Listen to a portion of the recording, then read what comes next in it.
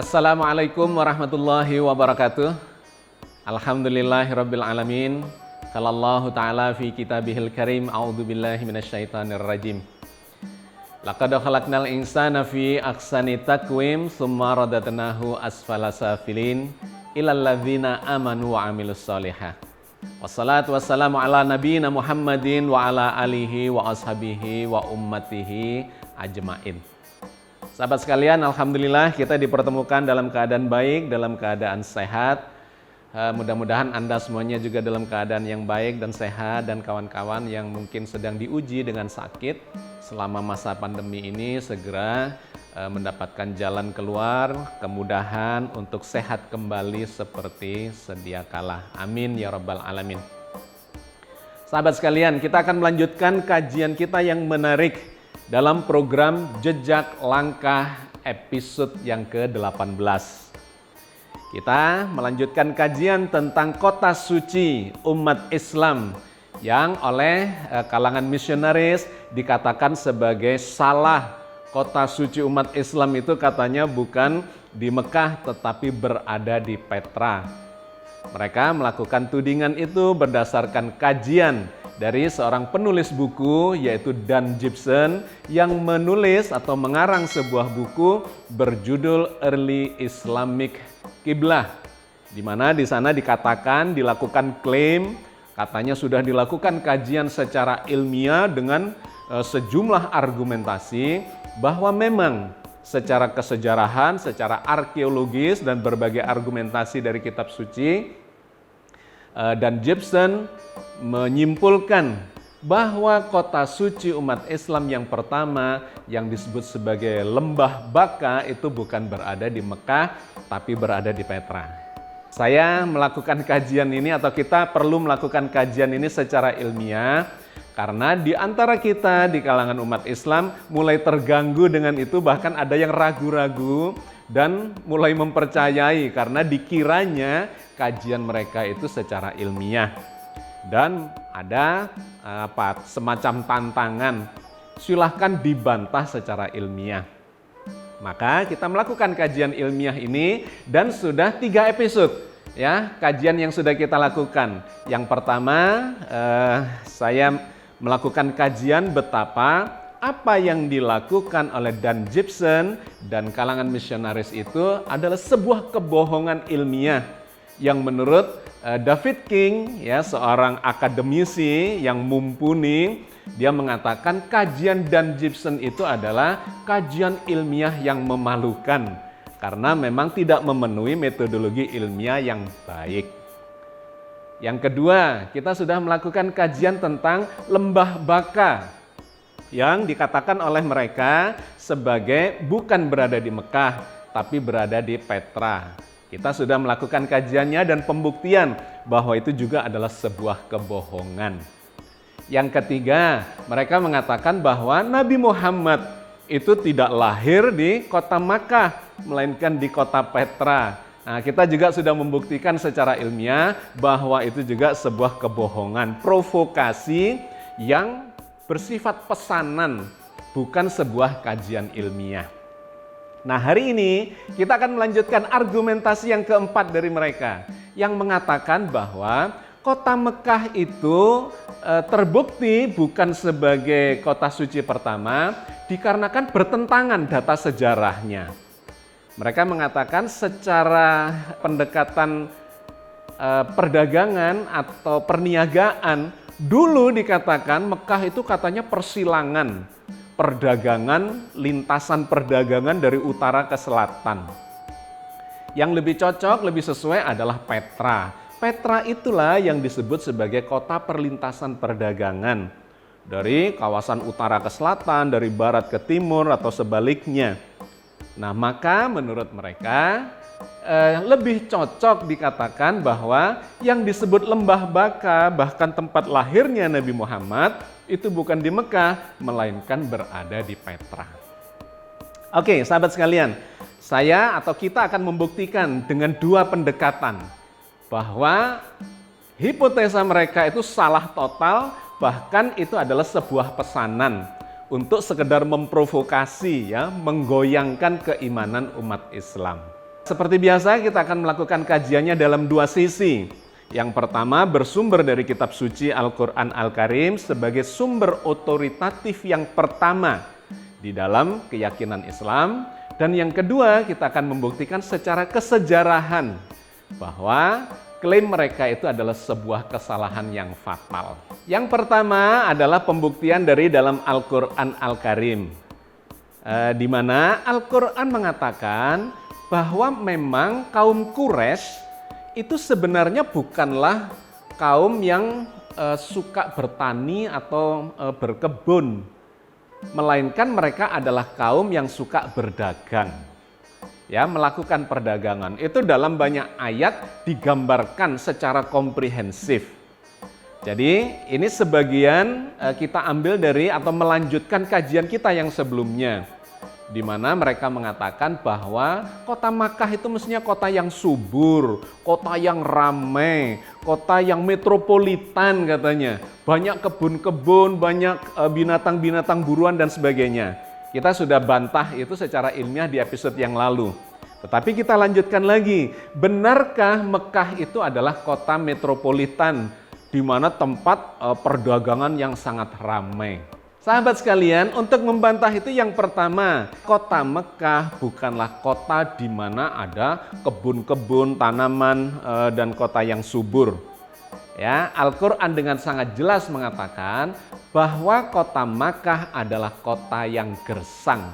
Sejak awal ketika Nabi Ibrahim menempatkan anak cucunya atau sebagian keturunannya di lembah Baka itu, atau kita kenal sebagai Lembah Ibrahim, Wadi Ibrahim, bahwa memang tempat itu adalah tempat yang gersang, di mana kaum Quraisy kemudian memang bukanlah sebagai seorang petani atau pekebun di sana, melainkan lebih suka berdagang. Nah, terkait dengan kawasan yang bukan pertanian, bukan perkebunan itu, Allah sudah berfirman di dalam Al-Quran Al-Karim. Di dalam surat Ibrahim ayat 37 Allah menjelaskan bahwa kawasan itu memang kawasan yang gersang. Rabbana inni askantu min dzurriyyati biwadhin ghairi dzi zar'in inda baitikal muharrami Rabbana liyuqimus sholata faj'al af'idatan minan nasi tahwi ilaihim warzuqhum minas samarati la'allahum yashkurun. Ya Tuhan kami, sesungguhnya aku telah menempatkan sebagian keturunanku di lembah yang tidak mempunyai tanam-tanaman di dekat rumah Engkau, Baitullah, yang dihormati. Ya Tuhan kami, yang demikian itu agar mereka mendirikan sholat, maka jadikanlah hati sebagian manusia cenderung kepada mereka dan beri rezekilah mereka dari buah-buahan. Mudah-mudahan mereka bersyukur.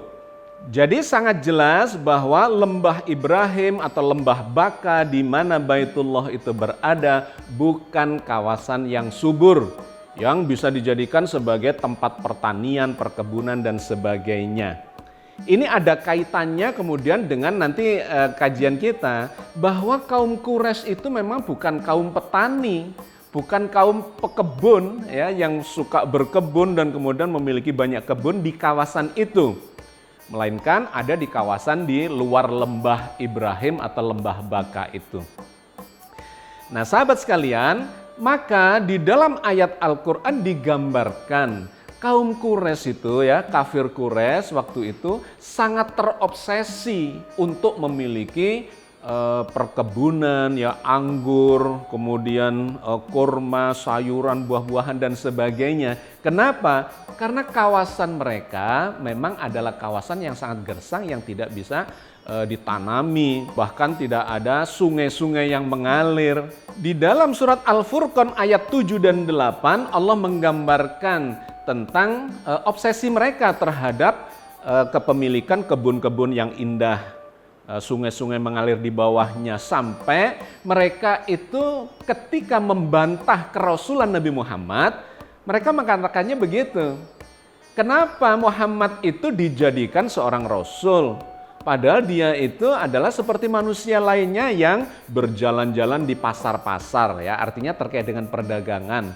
Dan yang kedua, dia tidak memiliki kebun. Nah, kebun itu sebuah obsesi bagi mereka. Oke, firman Allah begini di dalam surat Al-Furqan ayat 7 dan 8 itu.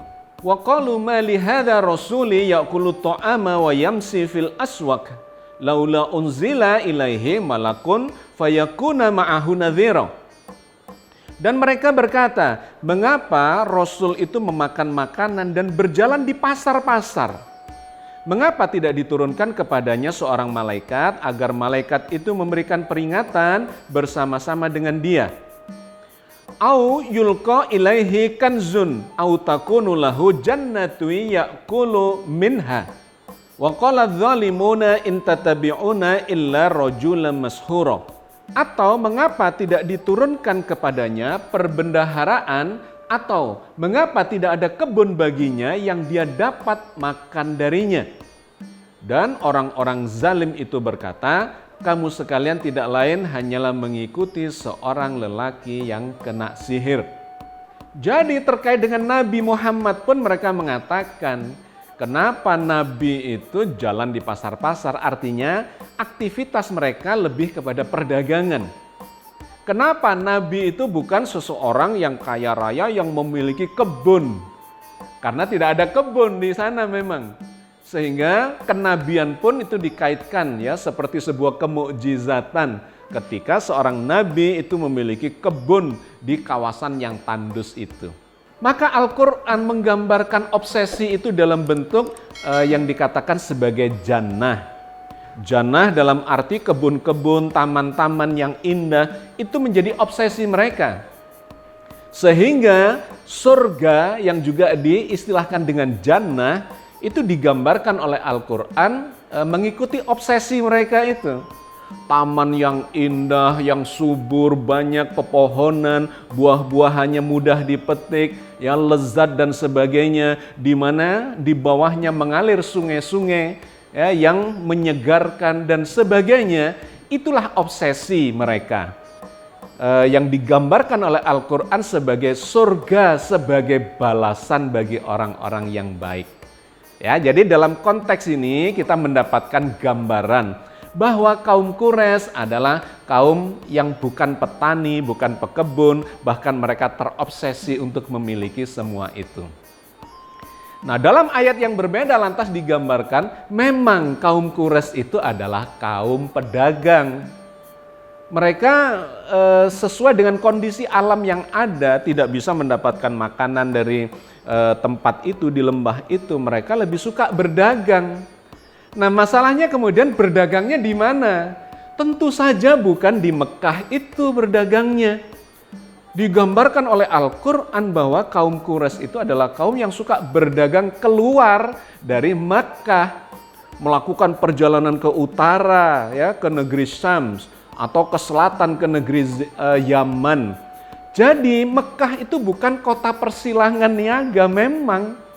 Kalau kemudian ini dijadikan argumentasi oleh Dan Gibson dan kaum misionaris bahwa Mekah itu tidak cocok disebut sebagai tempat persilangan dari perniagaan, nah memang benar, Mekah itu bukan kota persilangan, Mekah itu ada di pedalaman. Karena itu Al-Quran menggambarkan kaum Quraisy itu selalu bepergian untuk berdagang. Diceritakan Allah dengan sangat gamblang di dalam surat Al-Quraisy. Li'ilafi Quraisy ilafihim rihlatas syita'i was-shaif falya'budu rabb hadzal bait alladzi at'amahum min ju'in wa amanahum min khauf. Karena kebiasaan orang-orang Quraisy, yaitu kebiasaan mereka bepergian pada musim dingin dan musim panas untuk berniaga, maka hendaklah mereka menyembah Tuhan pemilik rumah ini, yaitu Ka'bah, yang telah memberi makanan kepada mereka untuk menghilangkan lapar dan mengamankan mereka dari ketakutan. Ada 3 hal yang penting di dalam rentetan ayat Al-Quraisy ini. Yang pertama, bahwa kaum Quraisy itu di musim panas, di musim dingin, mereka selalu bepergian. Bepergian bukan untuk rihlah, bukan untuk sekedar berwisata, melainkan melakukan perdagangan. Kenapa? Karena memang kota Makkah itu bukan persilangan untuk perdagangan. Kalau kota Makkah itu adalah sebuah kota metropolitan, tempat persilangan perdagangan, mereka tidak akan melakukan bepergian untuk melakukan perdagangan itu.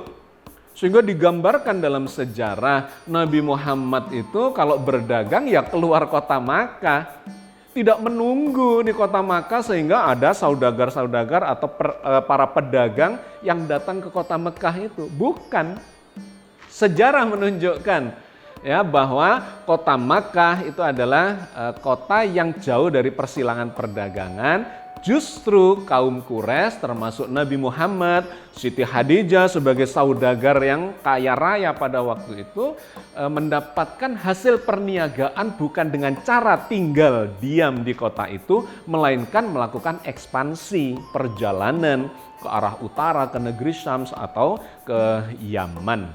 Ya, jadi tidak menunggui di kota Makkah. Ini menjadi poin yang sangat penting yang menjelaskan dan menjadi bukti bahwa kota Mekah memang bukan kota persilangan perdagangan. Satu. Yang kedua, kata Al-Quran, Allah memberikan makanan kepada kaum Quraisy itu. Tuhan pemilik Baitullah ini memberikan makan ya dari kelaparan yang mereka alami dengan cara bepergian itu, perdagangan itu. Artinya apa? Tidak ada makanan yang dihasilkan dari lembah Ibrahim atau lembah Baka itu, karena memang itu adalah tempat yang gersang. Artinya penghasilan mereka diperoleh dengan cara pergi ke utara, ke selatan melakukan perdagangan. Yang ketiga, dengan Baitullah itu mereka aman karena memang Baitullah itu menjadi keyakinan dari kalangan ya suku-suku di kalangan Jazirah Arabia itu. Menjadi kesepakatan bersama, bahkan ada bulan-bulan haram di mana mereka tidak boleh berperang. Selain pendekatan melalui sumber-sumber otoritatif di dalam Islam, khususnya dari dalam Al-Quran Al-Karim, maka kita kemudian juga harus mendapatkan data-data secara kesejarahan. Bagaimana sejarah menunjukkan apakah kota Mekah itu sebagai pusat persilangan dari perdagangan? Bukan memang ternyata. Yang benar adalah Petra. Petra memang menjadi persilangan dari perdagangan. Dari utara ke selatan, dari barat ke timur atau sebaliknya. Karena memang kota Petra di Jordan sekarang itu adalah kawasan yang menjadi persilangan itu. Sedangkan Mekah itu ada di kawasan selatan, tidak menjadi persilangan. Itu benar adanya.